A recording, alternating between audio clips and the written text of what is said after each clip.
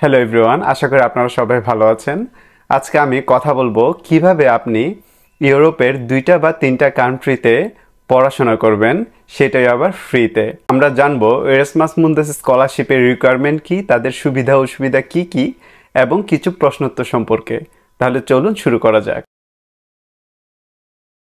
এরাসমাসের প্রধান যে সুবিধাটা সেটা হচ্ছে প্রতি মাসে আপনাকে 1400 ইউরো করে দিবে থাকা এবং খাওয়ার জন্য।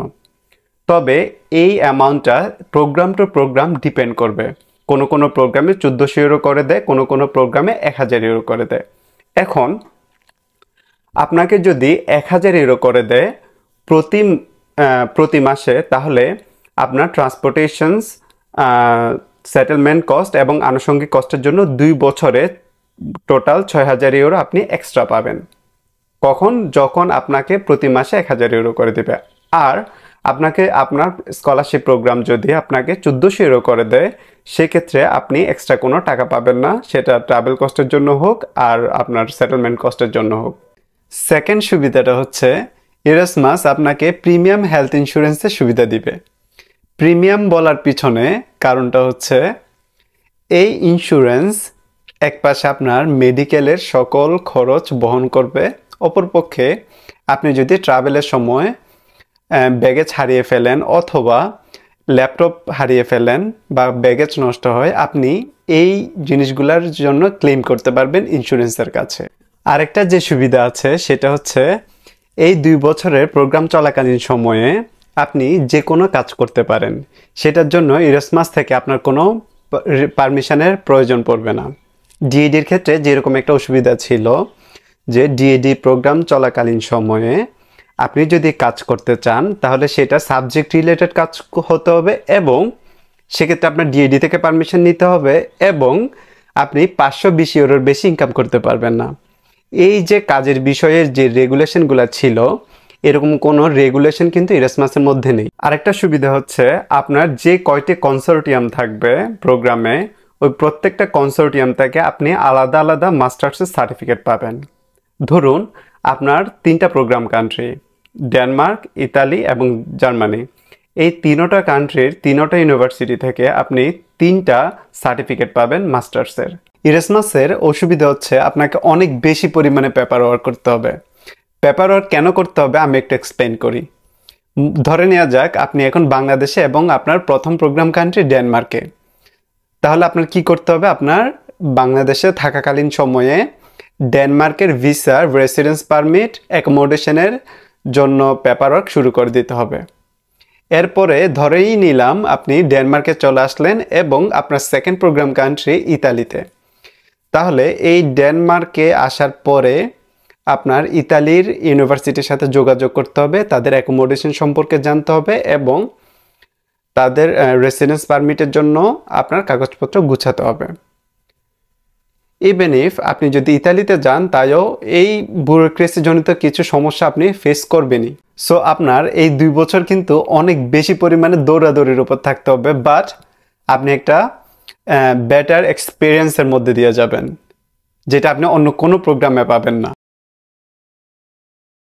এরাসমাস মুন্দাসের যে রিকোয়ারমেন্ট সেটা হচ্ছে আপনার রেজাল্ট ভালো হতে হবে। ভালো বলতে জেনারেলি 3.6 থেকে 4 এর মধ্যে থাকতে হয়, আর যদি আপনার পাবলিকেশন থাকে সেটা হবে প্লাস পয়েন্ট। তবে তারা জেনারেলি সিজিপিএ কে অনেক বেশি প্রাধান্য দেয়। ডিইডিতে যেরকম ছিল আপনার ওয়ার্ক এক্সপিরিয়েন্স থাকতে হবে সাবজেক্ট রিলেটেড, এরাসমাসে কিন্তু ওই ওয়ার্ক এক্সপিরিয়েন্সটা লাগে না। যদি আপনি ওয়ার্ক এক্সপিরিয়েন্স দেখাতে পারেন আপনার সাবজেক্ট রিলেটেড, সেটা হবে অনেক বড় একটা প্লাস পয়েন্ট এরাসমাসের ক্ষেত্রে। তবে সেটা ম্যান্ডেটরি না যে আপনার সাবজেক্ট রিলেটেড ওয়ার্ক এক্সপিরিয়েন্স দেখাতে হবে। এরাসমাসের ডকুমেন্টের মধ্যে জেনারেলি প্রয়োজন হয় ইউরোপাস ফরম্যাটে সিভি, মোটিভেশন লেটার, 2টা রেফারেন্স লেটার এবং আপনার এডুকেশনাল সার্টিফিকেট। তবে প্রোগ্রাম ভেদে কিছু এক্সট্রা ডকুমেন্ট লাগতে পারে, যেমন আপনার সিটিজেন সার্টিফিকেট, তারপরে হচ্ছে আপনার এক্সট্রা কোনো ল্যাঙ্গুয়েজ সার্টিফিকেট। যেমন জেনারেলি কিছু ফ্রান্সের প্রোগ্রাম আছে যে আপনার ওই প্রোগ্রামগুলোতে অ্যাপ্লাই করতে হলে আপনার ফ্রেঞ্চ A1 বা A2 বা B1 পর্যন্ত জানা থাকতে পারে। এটা খুবই এক্সেপশনাল। তবে জেনারেলি এই 3টা বা 4টা ডকুমেন্টই আপনার সব ইরাসমাস প্রোগ্রামে ম্যান্ডেটরি।